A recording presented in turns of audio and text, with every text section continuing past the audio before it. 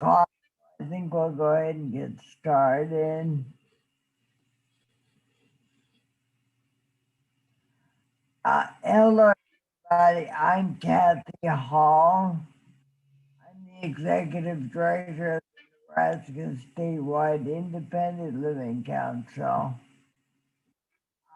First, I would like to acknowledge all of the groups that have been involved in planning this event. And that includes the League of Human Dignity, Independence Rising, Easter's Health Nebraska, Madonna School and Community-Based Services,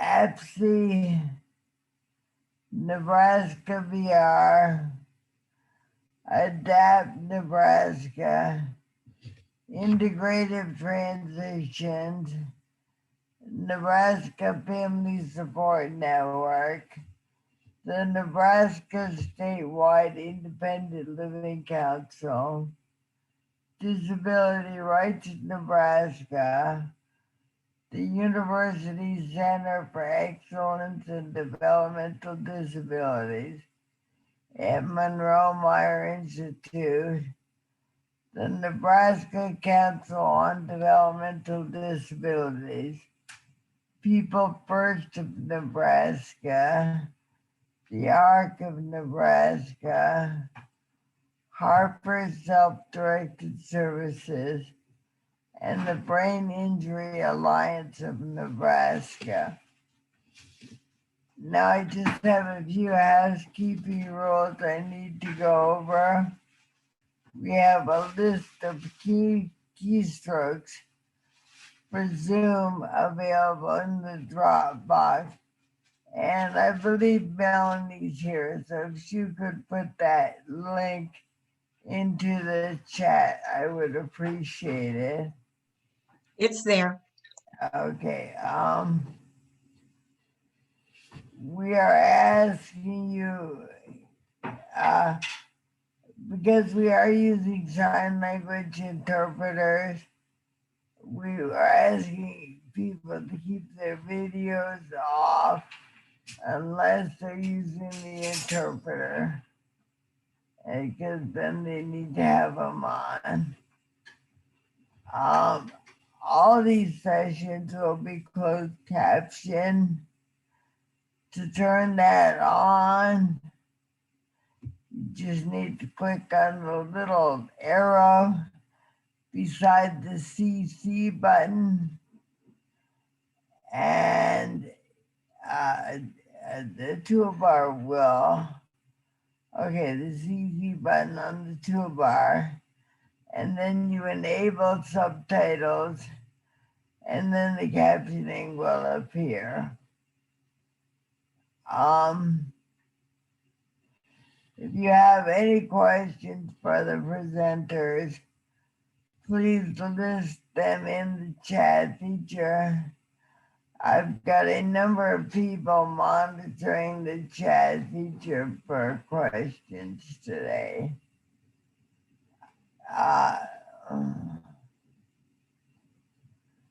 Just a reminder, on Wednesday, there will be a panel presentation from the Hearts of Glass.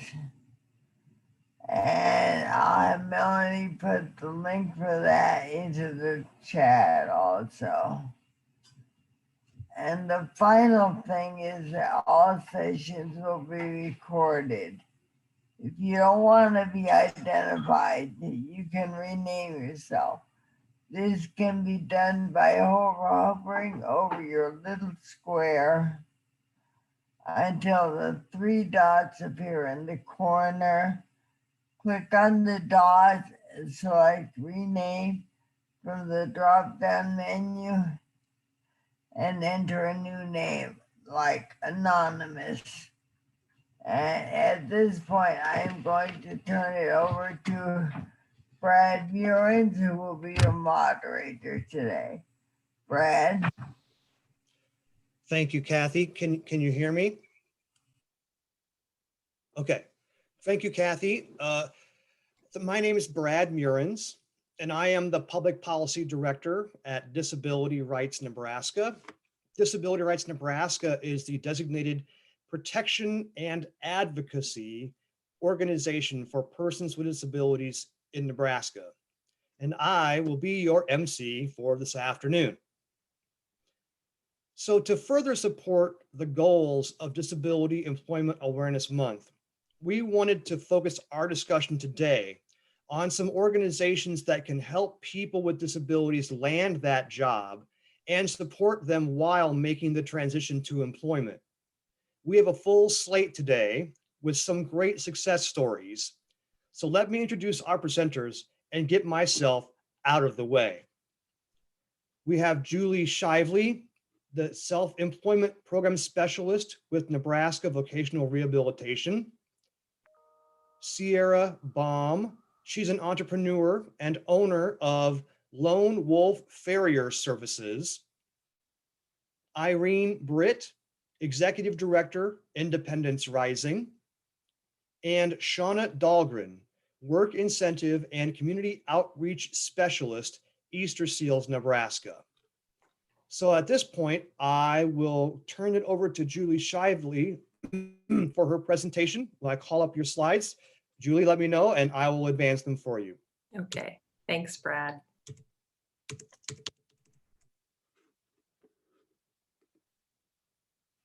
Take it away, Julie. All right.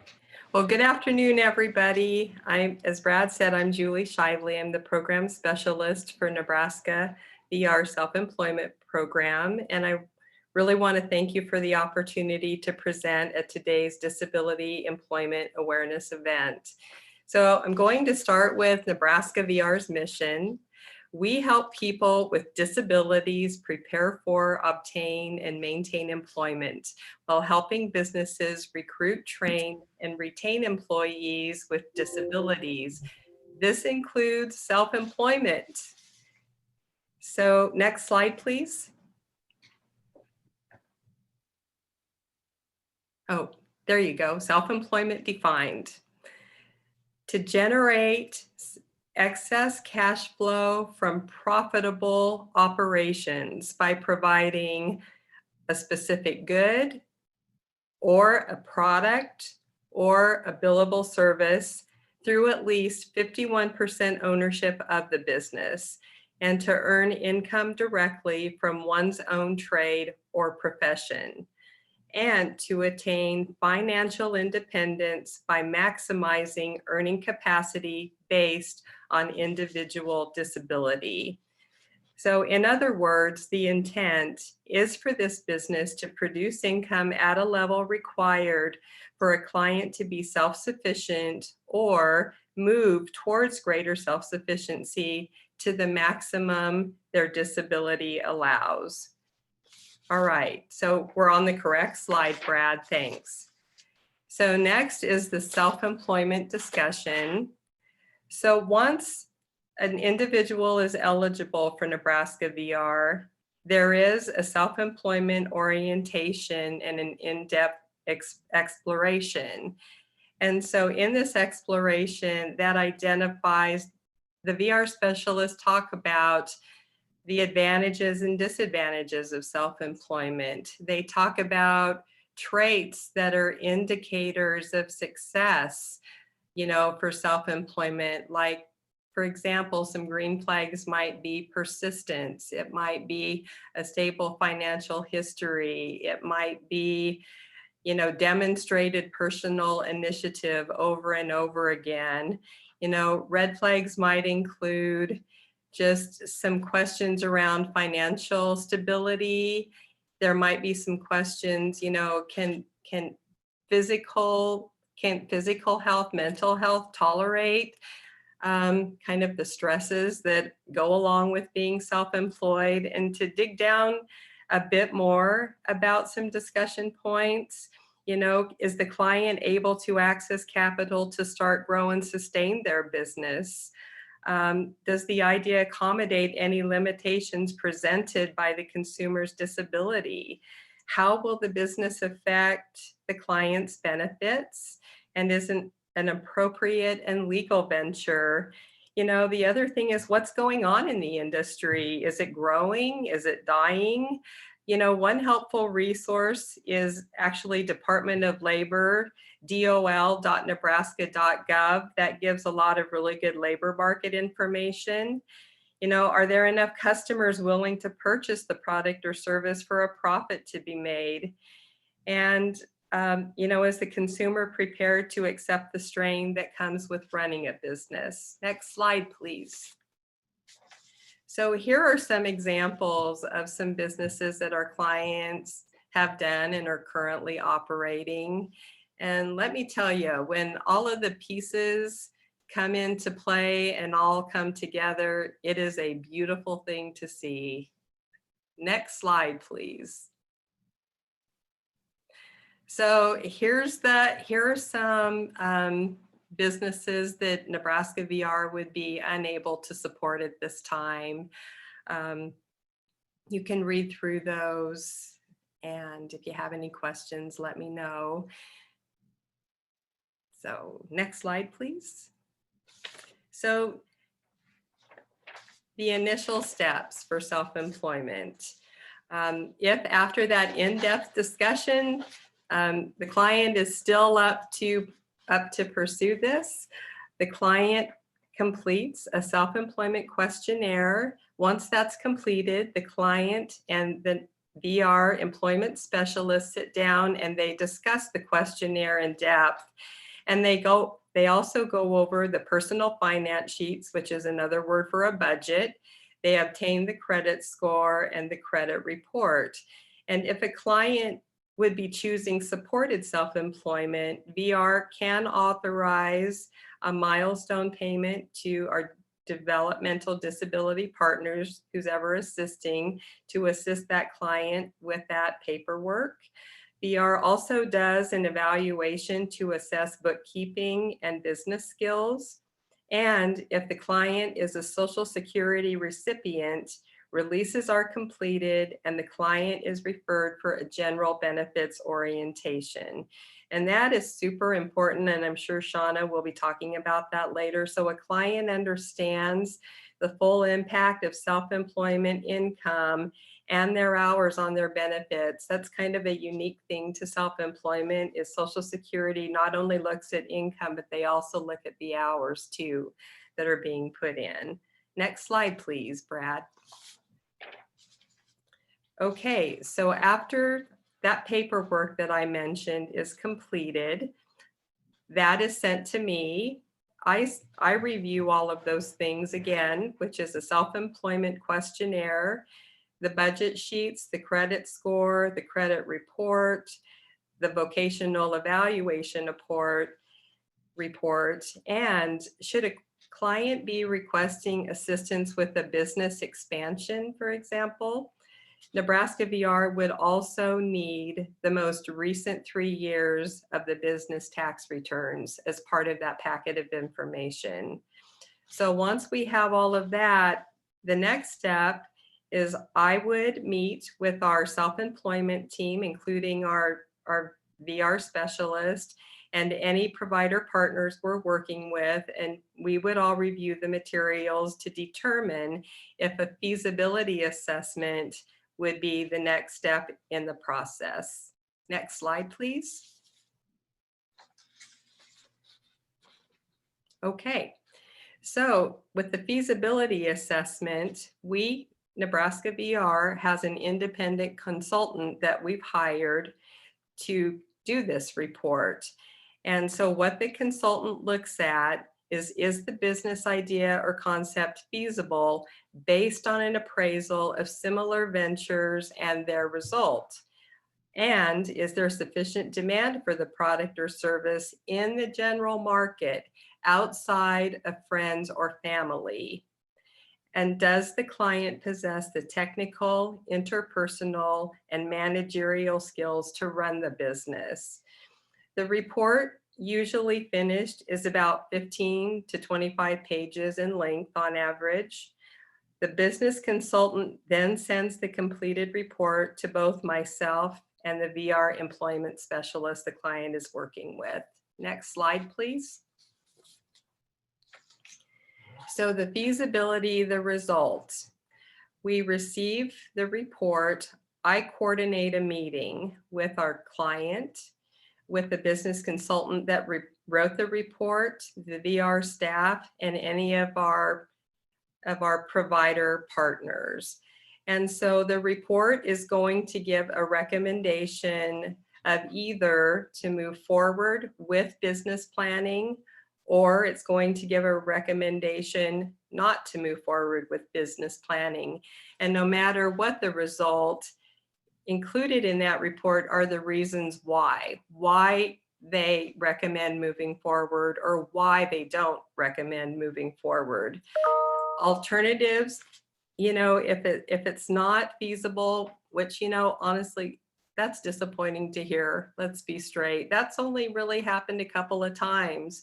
But alternatives are discussed with the client and, along with their specialist, and the client may be referred back to work with the employment specialist.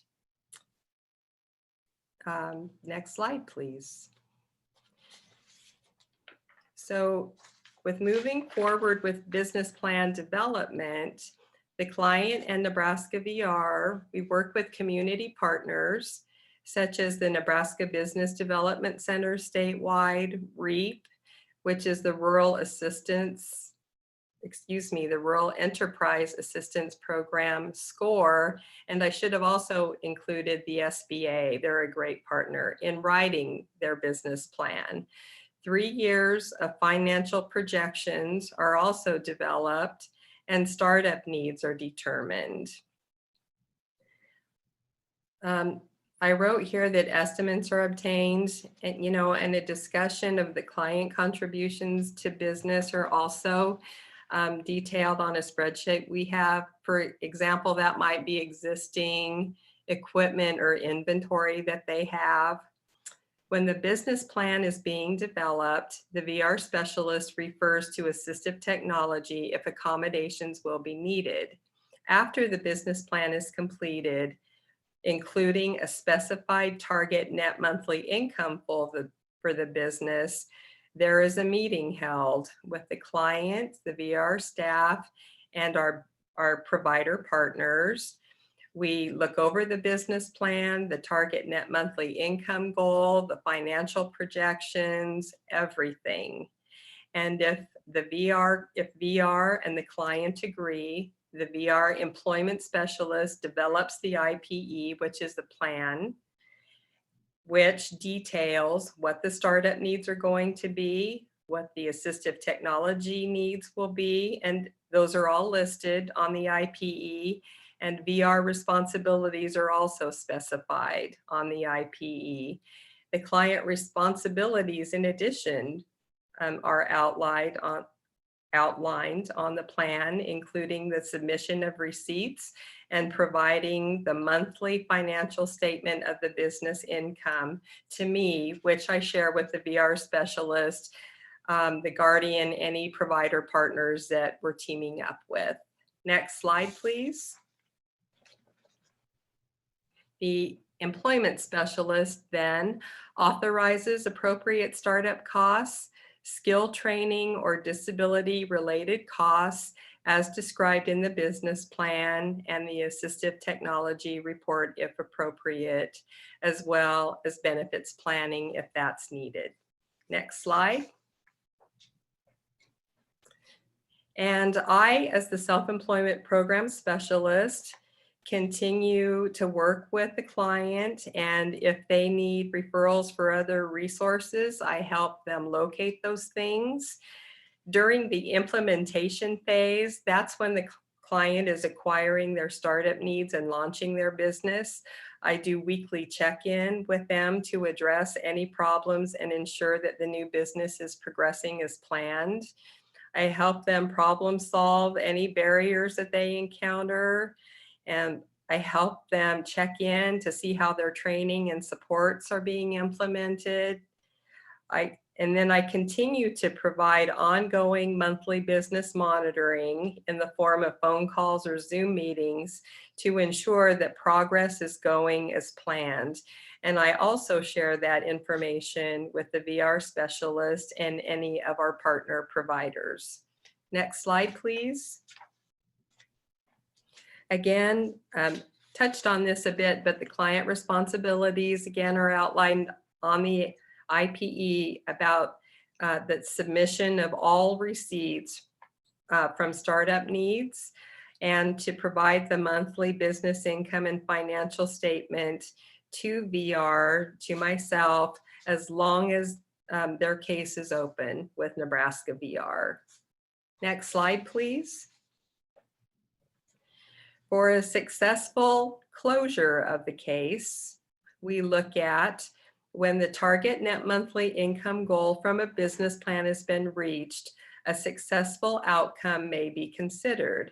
If a client is unable to reach their target net monthly income goal, but stabilizes at a lower income level for a minimum of 3 months, a successful outcome may be considered if the client is in agreement. So as you can see, there's a lot of moving parts to self-employment. Thank you very much for inviting me today to speak. Are there any questions? Yes, Christy asks, how many people with disabilities are self-employed through VR in Nebraska? I don't know that I have a number for you. I didn't quite, I really, sorry, there's my alarm.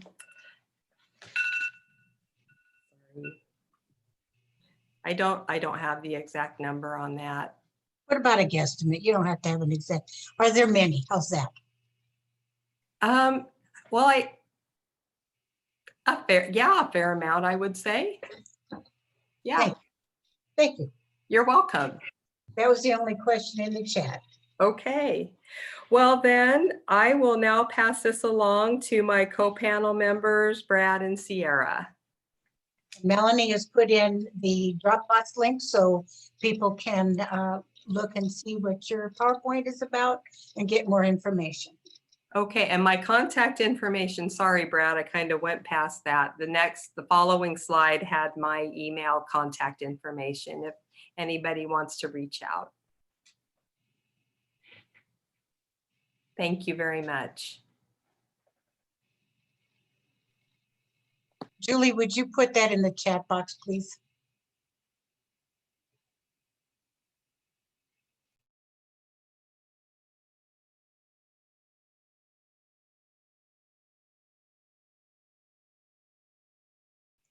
Thank you. Brad has now added it to the chat box.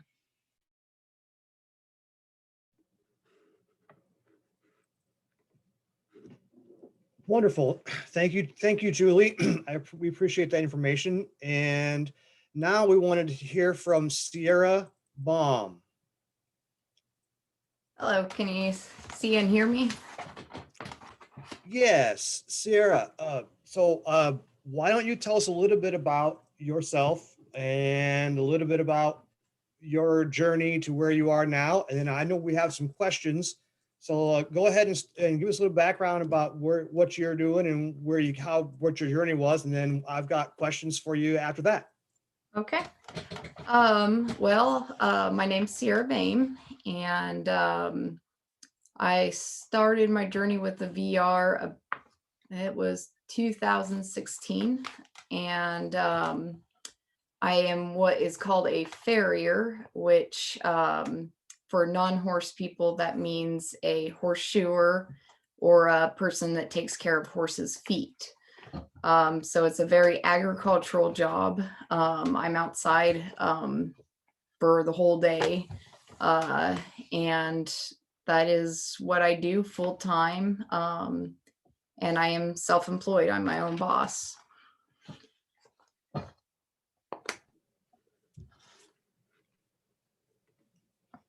Well, let me tell you, first off, what you do scares me. There's no way I could get anywhere near that big of an animal with that sharp of hooves. No way. So what you do scares me. So I appreciate that you do what you do. So, and I apologize for mispronouncing your last name, Sierra. Oh, no problem. It's a common mistake. I can imagine. Well, I had a friend of mine in high school with the same last name, and he pronounced it bomb. So I apologize.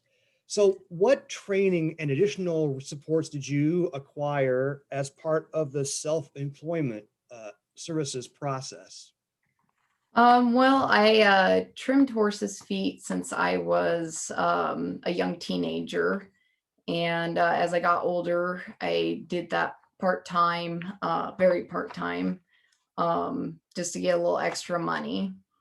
And so I kind of had a base knowledge of operating the self-employed side, and also understanding of a horse's foot, prior to going deeper into it. But there was a lot that I needed to learn, and that the VR was able to provide me in how to actually run a sustainable business that could support me financially, both in the business itself and for my personal expenses as well, living expenses.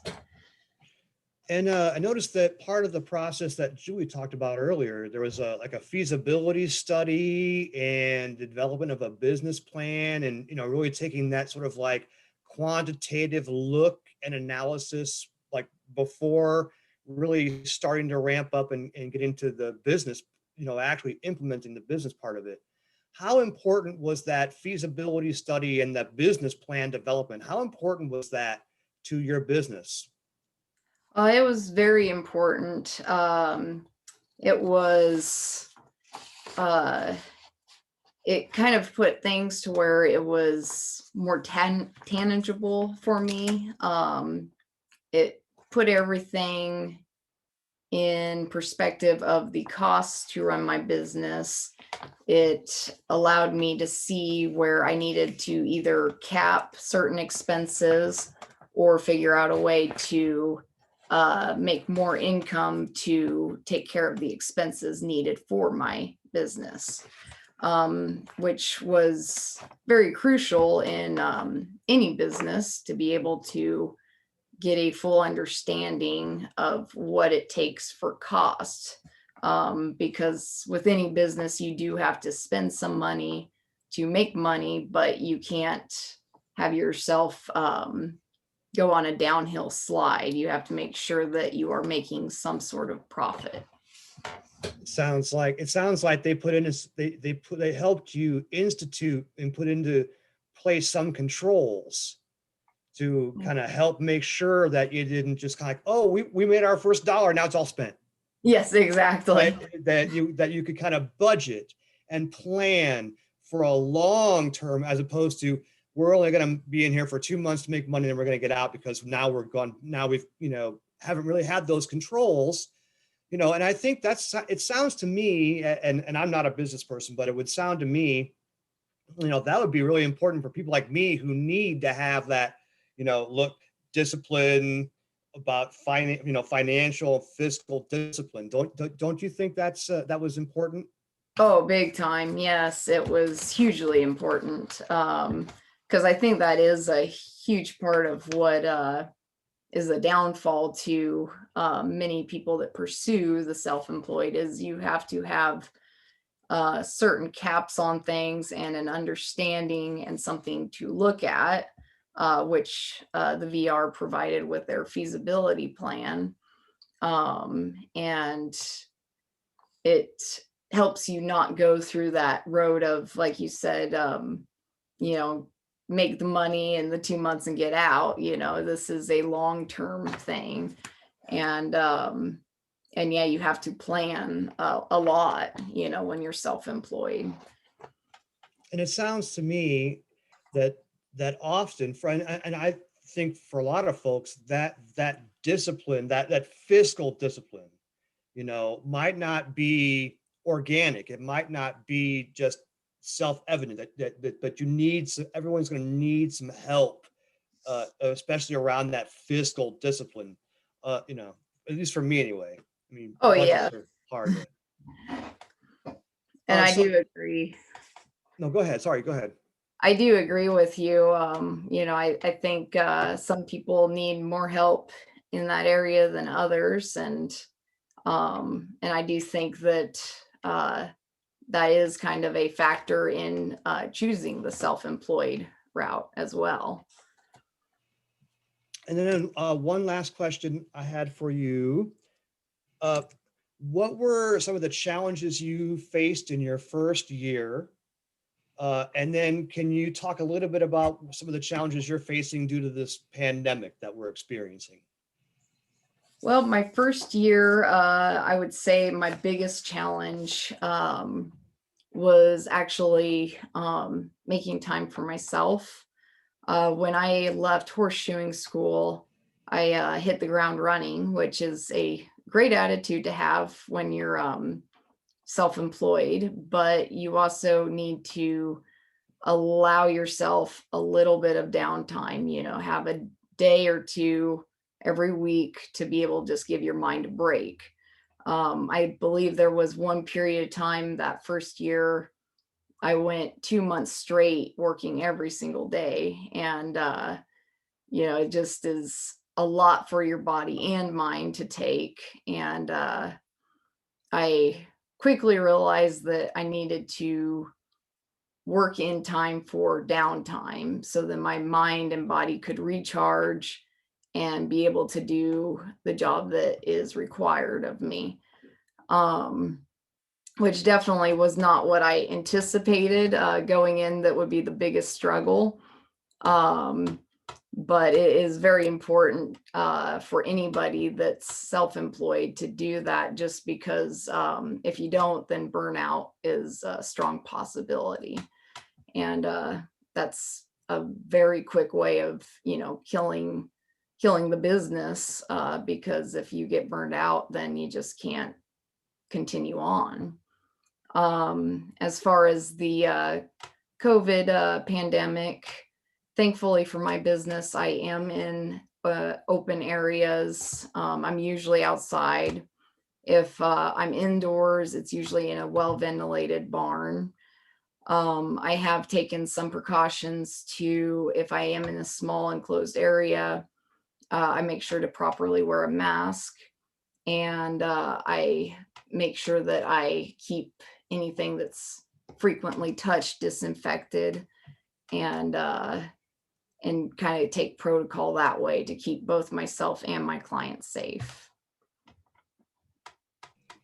Well, that's good to hear. And it sounds like the program's really kind of helped you think of some things that some questions that you might not normally think of just when you say, oh, I want to open a business. It's not that easy, is it? No, definitely not. Thank you very much for your story and sharing your expertise and your history. Are there any questions in the chat box, Mary? Yes, there are. Kathy would like to know, what kind of expenses does this kind of employment have, a business have? Well, the first expense would be the education.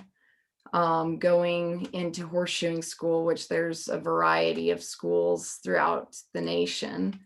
And that would probably be your biggest expense starting off. Then you have your tools, which you can have very bare basic and work your way up. But I would say your general start of tools would roughly run you 5,000 to 10,000. Just starting off with that. You got fuel to travel, wear and tear on vehicles. This is a very highly physical job, so you have to take in account of the medical, making sure that you have good medical insurance, making sure you have money put away if you get injured and need to go see a doctor. Because it is definitely a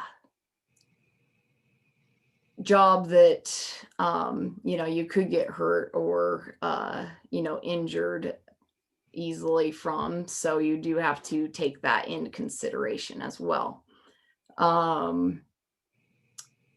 Then Yeah, that's basically the startup costs of it, and then continued education clinics, which have been very, very useful for me.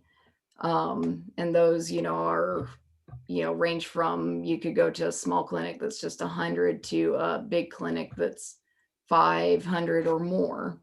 And there's several throughout the year, except for this year because of the pandemic. It's been a little cut short. But if a person were to pursue something like this, or even a trade, that there is the option of continued education, I would 100% recommend that, despite the expenses, because in the long run, it does pay off to do that continued education.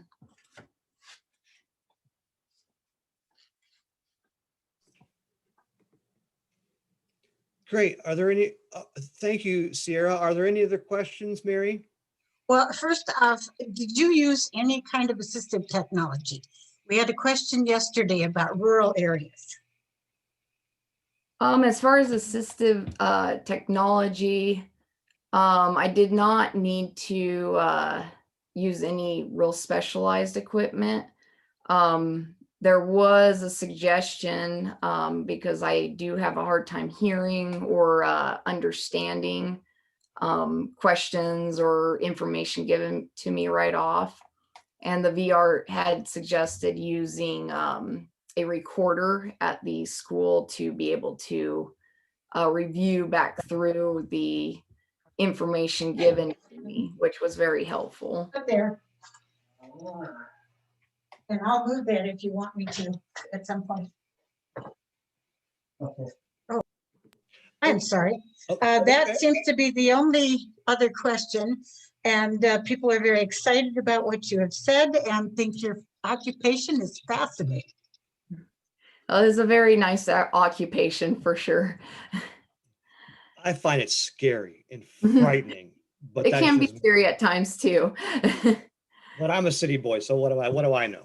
Anyway, thank you very much, Sierra. That was enlightening and very informative. And we wish you the best of luck with your business in the future. Thank you. The next speaker we have today is Irene Britt from Independence Rising. Irene? Hi, everybody. I'm Irene Britt. I'm the Executive Director of Independence Rising. We're one of the 2 independent living centers in Nebraska. The League of Human Dignity is the other independent living center. And I know we don't have a whole lot of time, Brad, so I'm going to ask you to bring up our PowerPoint, and I will start going through that a little bit. And in our PowerPoint, I just have some information on our independent living center, our core services, as well as our fee-for-service programs. I will just briefly go over that. I want to thank Lindsay Durham. She's been our employee that's been on most of this planning for the employment presentation. So thank you, Lindsay, for putting a lot of this together. We couldn't have done it without her. And then we also have videos of some staff that we employ that have disabilities. So they kind of in their own words, what it's like to be a person with a disability in the workplace. So we have 5 office locations, as you can see, throughout our 50 counties in Nebraska. And that outline is all the counties on the left-hand side. So it would be starting with, let's see, on the other side of the Cherry County. So Sheridan, starting around Sheridan, Grant, Hooker, Thomas, on that side. So those are our counties we serve. We have the federal funding that supports the 5 core services that all independent living centers provide if they're federally funded. And Brad, you can go to the next slide and that will show our grant funded services. So those top services, living skills training, advocacy, information referral, peer mentoring and networking, transition services, and we have some special COVID funding and services for independent living right now. So we are able to do some special funding for consumers of the agency in our independent living program that require additional service because of COVID. And that can be PPE. We've purchased phone cards for people that need those and don't have them due to COVID needs, and just a variety of things. We have a goal. If they have a goal within our agency and they're a consumer of the agency, in the IL program, we can utilize that funding. So that's been additional to what the other services we provide.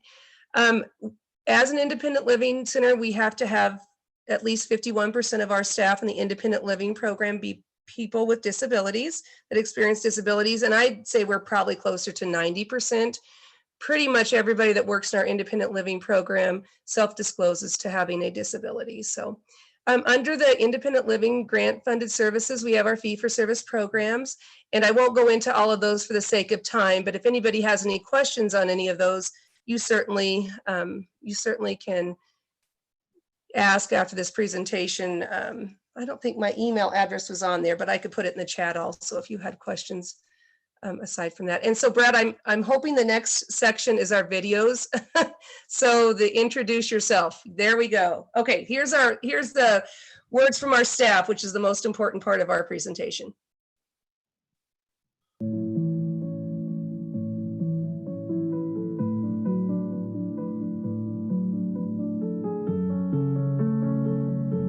I'm Deb Turner. I'm the FAME Program Manager and Family Peer Support Specialist at Independence Rising. My name is Connie Perrin and I work for Independence Rising. My name is Xavier McBride and I work for Independence Rising. My name is Sue Brett and I work for Independence Rising.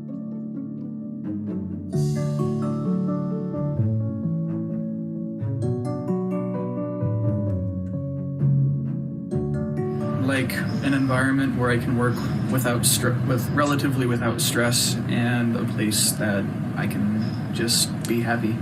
Accessibility, ability to get into the building easily and room to turn around in the offices. But the number one thing that I look for in accessibility are the restrooms. I need to be able to get my wheelchair in there and be able to access everything without bumping into walls.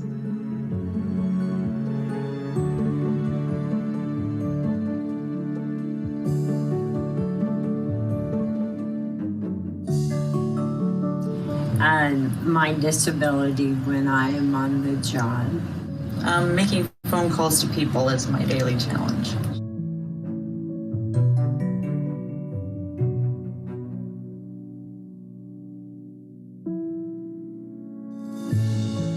When you're hired with Independence Rising, they know up front that you have a disability. And with that, I don't feel like you're being judged if you're not feeling well or you have to take time off. So you don't have that guilt factor for missing work. I also am very fortunate that I have people at work that I can talk to, that are very empathetic of my situation, and I always end up leaving work feeling better about myself and my situation.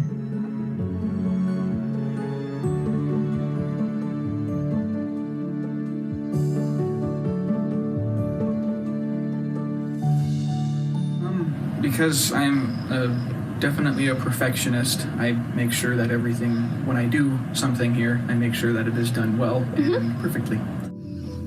Well, I understand my consumers' disabilities because of mine.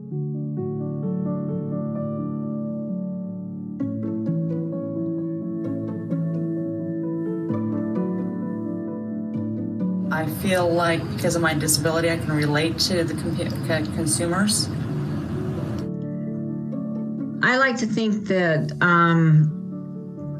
I'm able to empower them just by seeing that I'm able to work despite my disability.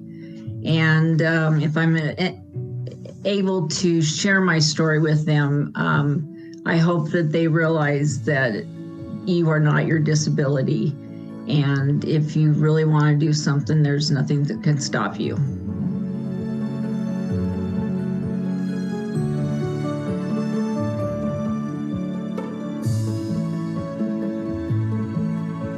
Independence Rising has given me the opportunity to work by letting me have a work partner, so I don't have to face the public alone. I think that my employer would understand my disability.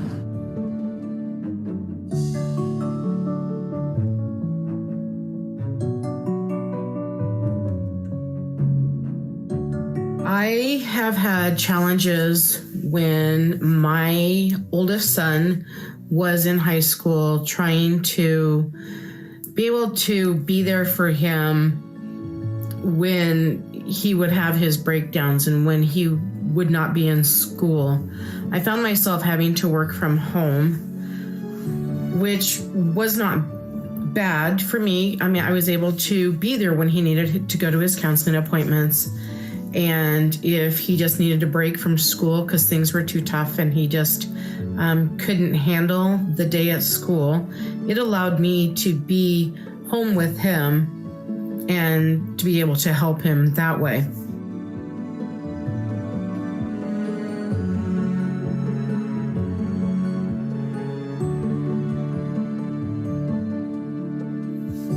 You know, so I wish that some jobs in employees, they would understand that children that have a mental health disorder, it's really challenging for the parents to be able to know that they need to be home for their child, and yet their employee expects them to be at work, 5 days a week, 40 hours a week, or whatever it may be.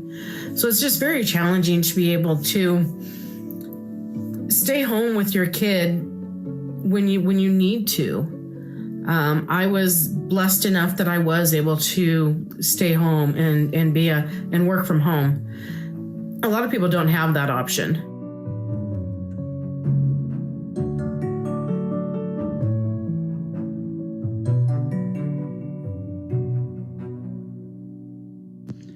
Hi, my name is Dwayne Krolikowski. I'm an independent living specialist with Independence Rising in Grand Island. I'm here today to talk to you a little bit about my experiences as a disabled man, both looking for and keeping a job. I was born with cerebral palsy, so I have both physical and intellectual challenges that make it difficult for me in the workplace. But in 2009, my physical issues increased dramatically, and because of that, I was forced to quit the job that I was working at the time. And I spent the next several years, almost a decade, in fact, looking for the right job that would accommodate my needs. Because I'm both physically and intellectually disabled, I have a unique set of challenges. I cannot walk or stand for long periods of time. I have chronic pain that makes it difficult for me to work consistently.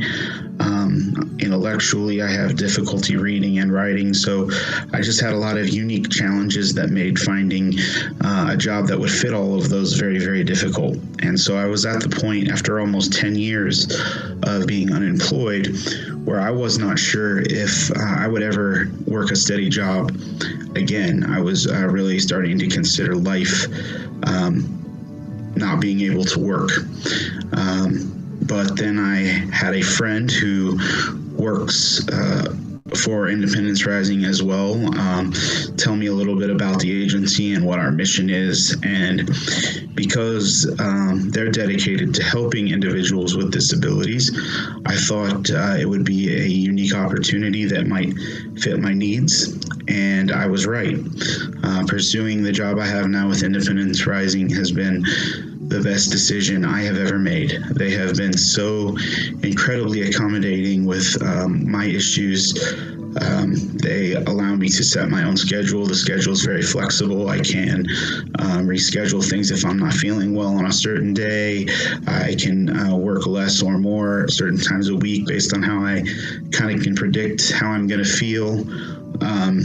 Most importantly, when I'm not feeling well, they allow me to work from home, which has been very, very important and I think essential. I'm not sure I would be able to work if they would not allow me that accommodation. But everyone at Independence Rising has been incredible. and like I said, is the best decision I've ever made. I'd like to end by saying, if you're a member of the disabled community out there and you're looking for a job and it doesn't seem like there's much available to you, stay positive, stay optimistic. You never know when the perfect job is going to fall right in your lap. For me, it was a random conversation with a friend at a basketball game that led me to the best job I've ever had. So if you're frustrated out there looking for a job, it seems like there's not many opportunities for you out there. Stay optimistic, stay positive. The right job is out there for you. And if you keep looking, you'll find it, or it will find you. Thanks.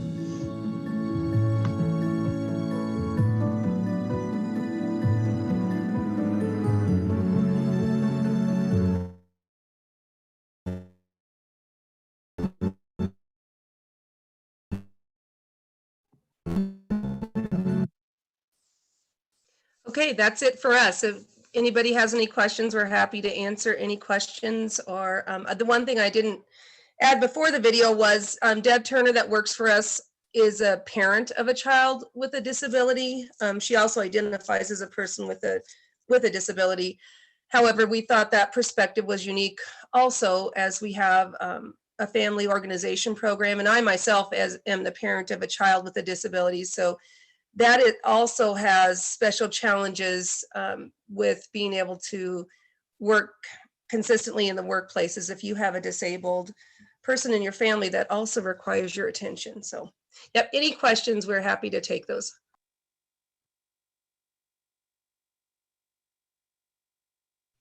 There are none in the chat box. I think you did such a wonderful job. You answered everyone's questions. Well, that was all on Lindsay's part, so thank you, Mary. Actually, Christine just put in, what level of education do you need to have to work at Independence Rising? You don't, for the independent living programs, for some of the fee-for-service program contracts, we have to abide by what those contracts say, and was the bottom half of that PowerPoint.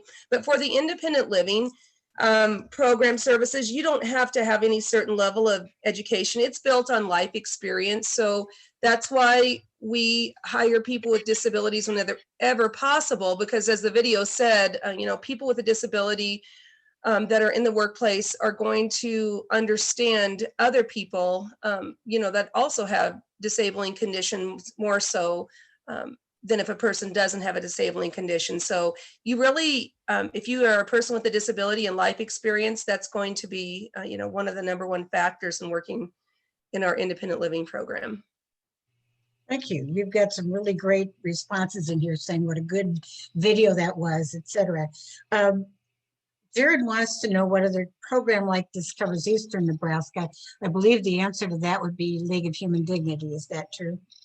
That's correct. Yep, on that slide with the map on it, anything on the right-hand side of that slide, starting Cherry County over, that's the League of Human Dignity. That's correct. And Travis wants to know what kind of jobs come with Independence Rising. Oh gosh, there's lots of jobs now. I won't have time to go into everything, but the independent living specialist was what was covered. All of those people on the screen besides Deb Turner are independent living specialists, and they work in those 5 core services with individuals with disabilities. We're doing a lot of virtual meetings still, especially as COVID's on the uprise. We want to keep all of our staff safe, as well as consumers we work with, but that is working with consumers on consumer-driven goals. So maybe a person is trying to find housing, maybe there's accessibility issues where they work, just a number of things. It's consumer-driven, and the goals are also consumer-driven. So someone with a disability can come to us and say, hey, these are my goals for community-based living. I need help working on these. And, most of the time, that's a person that we can work with an independent living specialist. So it's lots of peer-to-peer connections. But that's, in a nutshell, the service that independent living specialists provide. We also have fee-for-service programs that everything falls into the realm of disability in some capacity, but we employ chore providers, and that's for a contract we have where we go into people's homes that are persons with disabilities on the waiver, mostly the Medicaid waiver program, and provide in-home chore services. So we provide, we hire people as chore providers. We hire people as family support workers, and they monitor visitation between children and families that are trying to reunify through the Child and Family Service System. We have the Family Org program where we hire peers that are parents of children with mental and behavioral health disabilities, and they provide peer-to-peer connections and mentoring with other parents that are looking for services, because they are also parents that are struggling with children with mental or behavioral health conditions. That's just a few programs we have. We are expanding into our peer programs. So we are working across the board more so, where we will be hiring individuals, and they have to go through a certification process, but individuals with mental behavioral health disabilities across adults across the lifespan, where we can work with other individuals with that have that same mental health diagnosis or behavioral health diagnosis. That's a fee-for-service program. So, it comes with a contract and more specifications than our independent living program. So we have peer kind of throughout fee-for-service and grant-funded programs. We have Peer Link in the Panhandle right now, where in 2 of those counties in the Panhandle, we already provide that service ongoing. So that's up and coming. And we have COVID funding within that peer program for people with mental health issues also. I didn't realize that much, but I've also been asked another question repeatedly across the years, so I'm going to ask you, do you have to be on Medicaid to get independent living services? No, you just have to be a person that self-discloses that you have this disabling condition, and you are requesting independent living services. That's for the independent living, the 5 core services. So you don't have to have any Medicaid, eligibility. You don't have to have a disability determination through Social Security. That's all, self-disclosure on your own part. And that's for those independent living services. For those fee-for-service programs, the qualifications for those programs just vary. Some of those do require Medicaid eligibility or behavioral health services through the regions.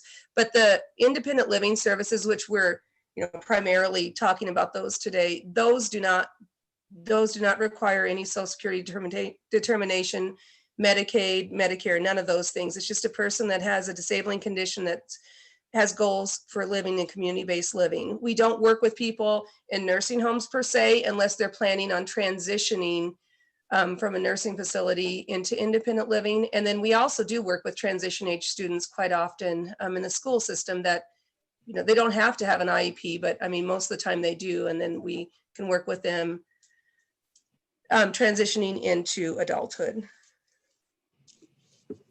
Excellent. Thank you, Irene. Really appreciate your time. Thanks, Brad. It's great information. You do a great service. Thank you. The last presenter we have for you today is Shauna Dahlgren from the Easter Seals of Nebraska. Shauna, and I'll call your video up here if there's anything you want to say about you or your organization while I do that. First, I think we'll do the slides about the Ticket to Work program, and we'll do the video last. So hi, as Brad said, my name is Shauna Dahlgren. I'm with Easter Seals, Nebraska. I'm a work incentive and community outreach specialist here. I've been doing this kind of work for a little over 20 years now. So worked with a lot of people over the years. And I just have to say, it's kind of hard to follow the great presenters and information that has been given already today, but I actually couldn't have asked for a better introduction or roll into what we're going to talk about with the Ticket to Work program. In fact, all of the speakers and the video just sort of encapsulate what we're going to talk about with the Ticket to Work program and the different considerations for each individual and the different types of employment that people consider and the considerations for each of those types of employment. But as kind of the last person in that last video said from Independence Rising, it really is kind of a starting place and keeping your mind open a little bit to the possibility that work is actually possible.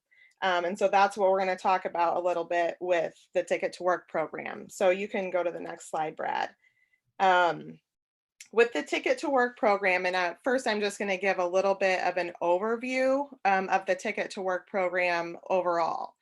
So if you haven't heard about the Ticket to Work program, this is a specific program that Social Security has established for SSDI and or SSI beneficiaries to sort of incentivize or encourage people to try to work, whether you've worked before or not.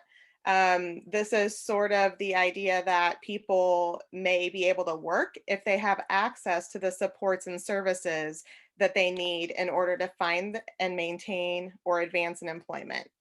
And so the basic eligibility for the Ticket to Work program is being between the ages of 18 and 64. And you may have questions about the age range, but initially when the Ticket to Work program was sort of created and identified, it was for individuals receiving SSDI or SSI as an adult. And so people are considered an adult at age 18 and eligible for adult benefits based on their own disability.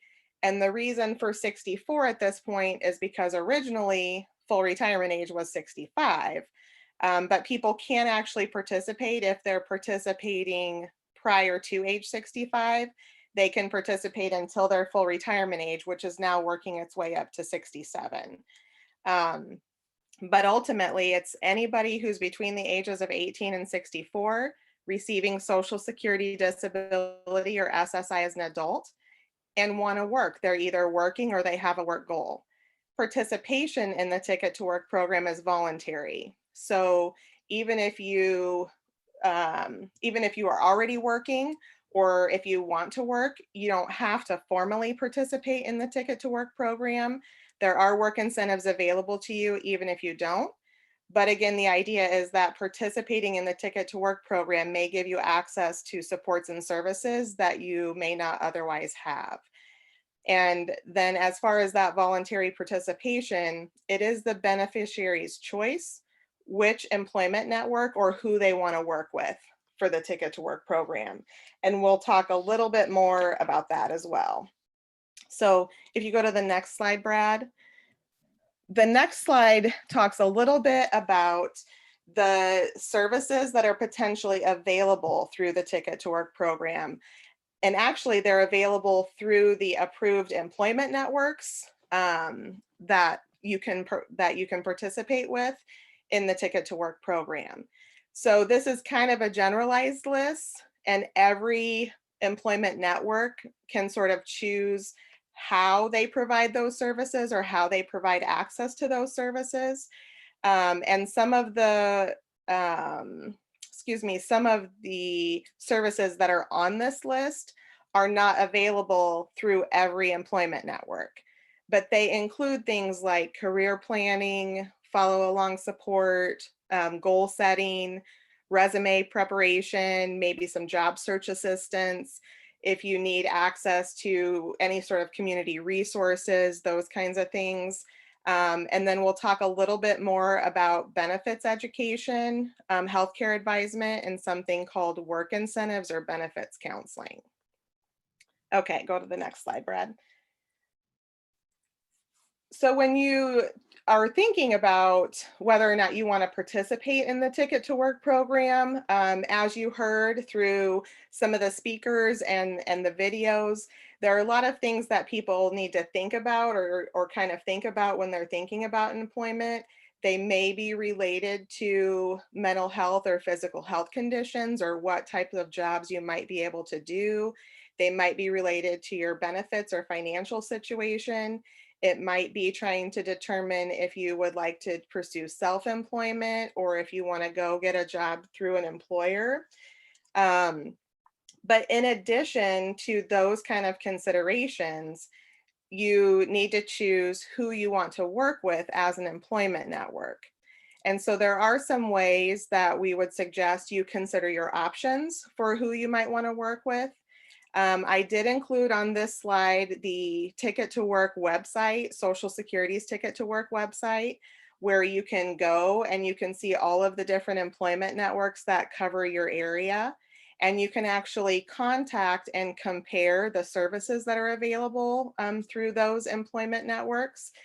In the drop box, there should be a copy of a comparison worksheet that's available through the Ticket to Work program, where you can actually write down the names of employment networks, their contact information, and it has some suggestions for different types of questions that you might want to ask about what services they provide or how they provide services and some of those kinds of things, so that you might be able to better identify who might be an appropriate choice for you to work with as an employment network.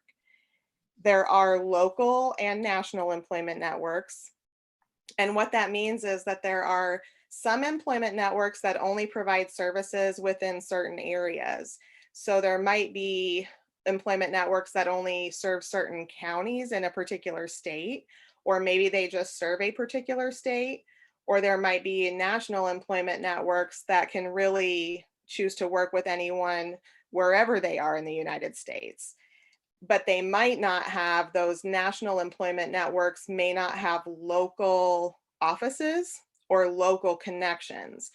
So that's one thing that I always suggest people think about or ask about when they're looking at employment networks, is if you are someone who lives in Nebraska, let's say, and there's a national employment network where their offices are, say, in Washington, D.C., and that's the only offices that they have, they may not have somebody to work with you locally or an office that you can go to locally. I'm not saying they don't provide good services. I'm just saying that is something that you might want to consider when you're trying to evaluate who you might want to work with as an employment network. And again, each of those employment networks or each of those providers provide different services. So not all service providers are the same. There may be something you really like about one employment network that another employment network doesn't offer. And I think the Ticket to Work program is primarily an employment services program. So one of the key services you'll find is not always offered through an employment network is the benefits and work incentives counseling, which we here in Nebraska and a lot of other states actually feel is very important, because a lot of times that is one of the key considerations for individuals, or some of their biggest concerns are about the benefits that they receive and the implications of work. And so I'll just talk a little bit about how it is in Nebraska with the different types of employment networks. And I will tell you, I did not list out all of the local employment networks, but I'll talk about that in just a minute. I think it's important for people to know that the state VR agencies, so Nebraska VR, and I should have actually included probably NCBVI on here as well, as Nebraska Commission for the Blind and Visually Impaired, as they are the state VR agency for individuals who are blind or visually impaired. And as a state VR agency, those agencies are essentially automatically employment networks with the Ticket to Work program. So I think it's important for individuals to know when they have an active case with one of those agencies, or they have a signed plan for employment, a signed IPE, they are essentially agreeing to participate in the Ticket to Work program. So that is just something to be aware of. It's not a bad thing. It's actually a good thing, but definitely something to be aware of. And then there are other employment networks, such as Easter Seals Nebraska. Some of the other ones, there aren't as many local options in Nebraska. Goodwill of Greater Nebraska, Community Options, some places like that are also employment networks that have local sort of areas in Nebraska. Easter Seals Nebraska does actually cover the entire state, and we are actually a national employment network, so we can really work with anyone, but we do provide services here locally. And as I said, those of us who do work in Nebraska, whether it's Goodwill of Greater Nebraska or some of our other community partners and other local employment networks, feel that the work incentives and benefits counseling is one of the most important services to provide, and do have certified benefits planners that can assist with those services. And so as Julie said, with Nebraska VR, you can choose self-employment as an option. They do support self-employment cases or individuals who are working for a wage. And that is the same really with any employment network or the Ticket to Work program in general. They can provide supports and services regardless of whether you're looking for wage employment or if you are pursuing self-employment. So, but each employment network may be a little bit different in the types of services that they actually offer or how they work with individuals. So those can be important questions to ask. Okay, go ahead and go to the next slide, Brad.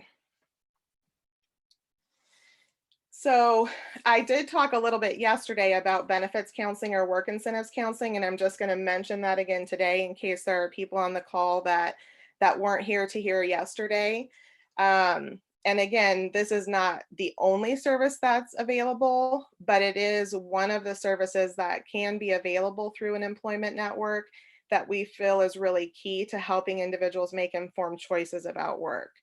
So just as a kind of a review, benefits counseling or work incentives counseling services are individualized to the person and address the effects that work and other life situations will have on disability benefit programs, whether they be federal programs like SSDI, SSI, state programs like Medicaid, SNAP, energy assistance, any of those kinds of things, or even those local benefit assistance programs, such as general assistance, like if you're in Douglas County or some of those kinds of things. But they really help address all of the important factors, I think, that go into a person's financial situation and things that they need to think about. And then because we are talking about self-employment, and some of the other speakers had mentioned, some differences versus self-employment versus wage employment, it is important to know that Social Security does look at those things a little bit differently. And self-employed could be something like an independent contractor.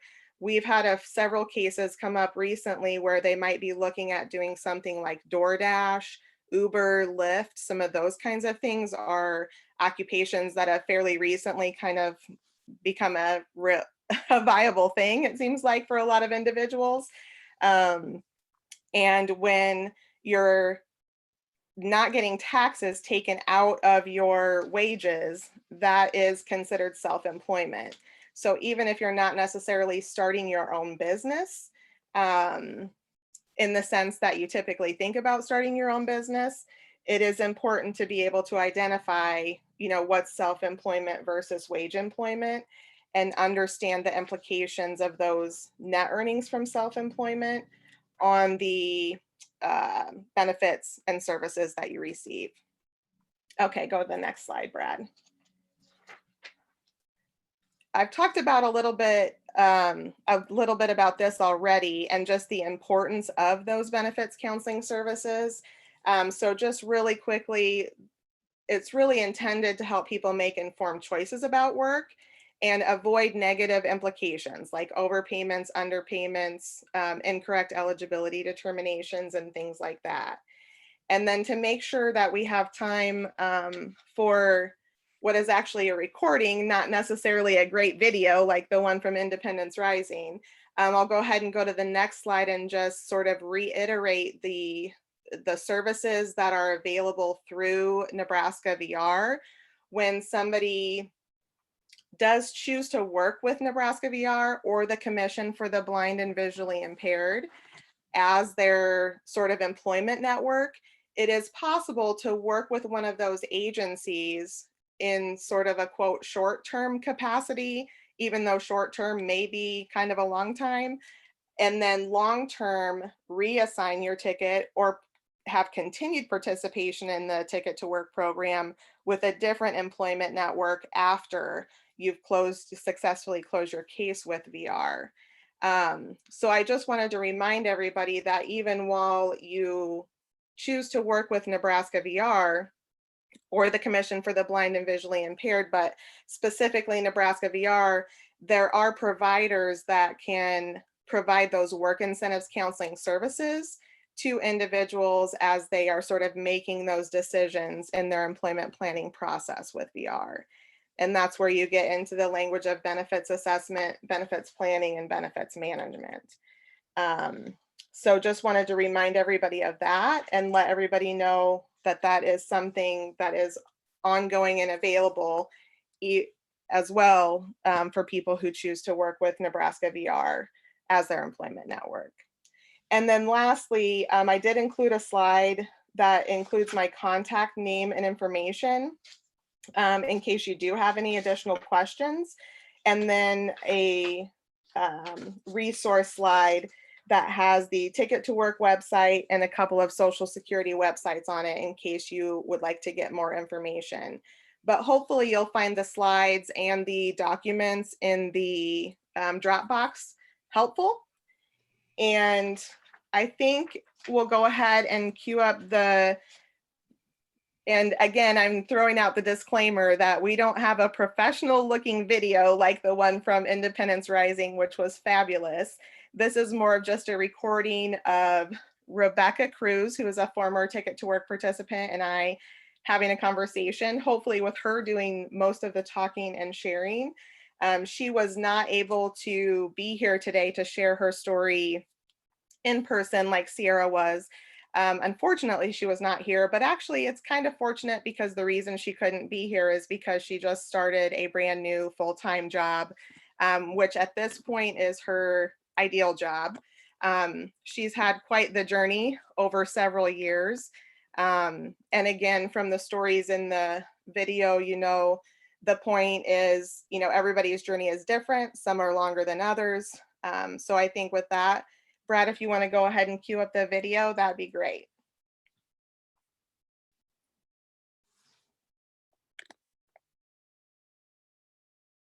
With Easter Seals, Nebraska, and I have Rebecca Cruz with me, and she is a former Ticket to Work participant, and we're gonna talk with her today and ask her some questions and let her share some information about herself and her participation in the Ticket to Work program and what she thought was beneficial about that participation. So to start with, I'm gonna let her share a little bit about herself and her history to get us started. I am Rebecca Cruz. I am a nurse. I have a history of brain cancer. With all of my treatments that I had to undergo throughout my journey, I was left with some residual effects, and that left me with balance problems and just lower extremity weakness. And so ultimately, after a long road and lots of surgeries, I ended up using a mobility scooter for most of the time. I think that's probably good from a history standpoint. Okay. So what were some of the challenges when you were thinking about either re-entering the workforce and things like that? What were some of the, even maybe before you had realized about the Ticket to Work program and things like that, you had gotten on Social Security benefits as a result of your injuries and the challenges that you were experiencing. And so I guess I'm just wondering if there were any particular concerns or challenges that you were facing at the time you were first thinking about re-entering the workforce. Yeah, so I was working and then I actually had to cut back hours because it became too difficult for me to independently transport my scooter. And so I would kind of have to work when I had someone who could help me get to and from work because I could not get the scooter in and out of my vehicle on my own. And so that was a big barrier for me, is just not having the independence to get in and out of a job. And then obviously moving around inside of the job was fine with the scooter, but just the biggest barrier for me was the transportation piece. Okay. And then you have actually participated in the Ticket to Work program a couple of different times. You've participated and actually completed the program 2 different times. So were there particular setbacks or challenges that you like kind of throughout your long journey that you want to share, as far as, besides the medical issues and things that you were experiencing? What were some other challenges that you had? Was it related to the employment situation, finding jobs? Was it related to benefits? Kind of what was the most significant things for you? I think the biggest thing for me was just being able to be independent, and it wasn't necessarily finding a job. It was more so the transportation piece. And then also just for me, with the Social Security, with the disability, all that, it's such a messy system. And so I think just having the support to kind of help navigate all of that was one of the biggest helps for me. Okay. And so if you remember about when you were first like looking at participating in the Ticket to Work program and things like that, do you remember how you chose an employment network, or and how you decided who you were going to work with? I don't remember how I found you guys, but I remember after I met with you, I was pretty sure I wanted to work with you guys, as far as just the services that would be available and kind of the ease of access and all of that. Just, it was a good fit for me. Okay. And so what do you think were what was maybe the one thing or a couple of things that you felt were most helpful about having somebody to work with as far as an employment network or participation in the program? I think just having someone kind of walk me through everything step by step, that was probably the biggest help, because I was just kind of lost in all of it. And so just having that kind of hand-holding guidance and reminders, and that was really the only way I would have been able to get through it. Okay. And since you mentioned that transportation was probably one of your biggest considerations or your biggest barriers, at least at that time, and you were having somebody actually travel from somewhere else in the state to help you transport when you did have to go to work. So can you tell us just a little bit about utilizing the Plan to Achieve Self-Support and how that helped you in purchasing the vehicle that you could have modified for your own transportation? Yeah, so the past plan was just really helpful in, I'm not a super disciplined person by nature, so it was really helpful to kind of have the past plan set up that was, it was very like a set amount that I would put away every month, and that could only go towards the transportation. And so in finding a vehicle, I just had to find something that was big enough. And that meant it needed to have a third row that could be put down. And so those vehicles are pretty expensive. And it just allowed me to put away enough money every month to really be able to afford a decent sized payment and also get it paid off quickly. Quick.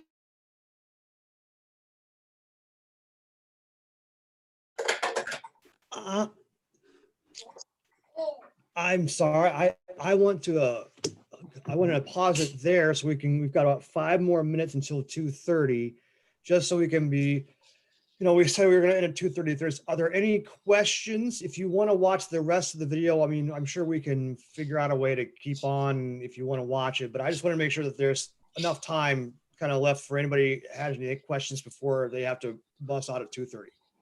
Yeah, I think that's good. This is Shauna. I just want to follow up really quick. Rebecca's story is sort of a long journey over from like 2008 to now.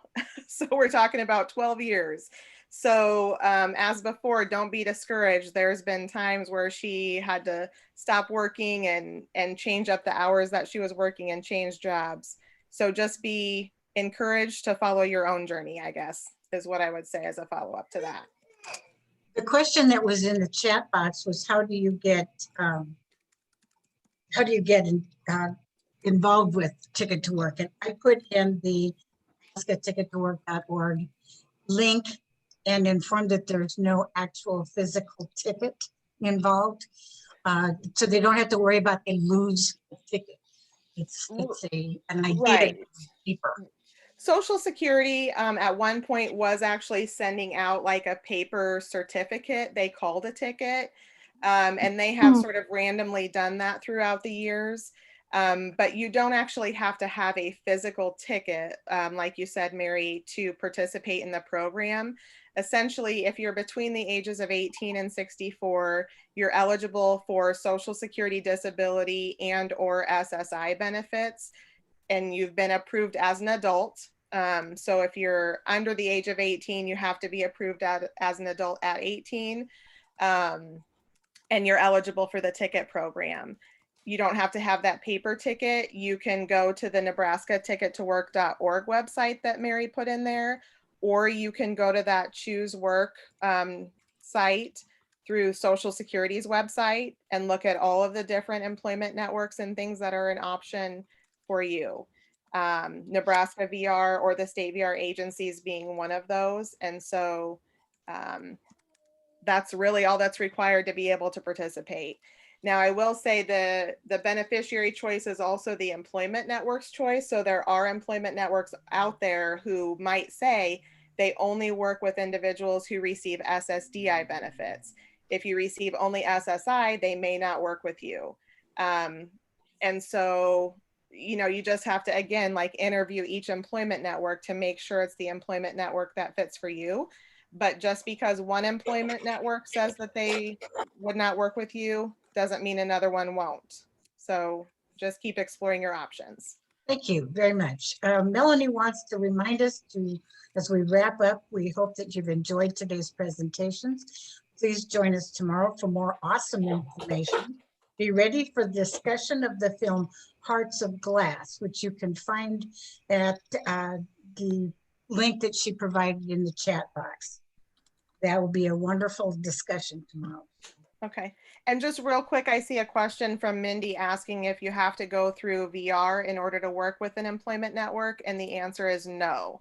VR is just one option as an employment network, but you don't have to choose them as an option. You could choose to work with any employment network that you'd like. Great. Well, thank you, Shauna. That was very informative. Kathy, do you have any last words in terms of wrapping up this event today? No,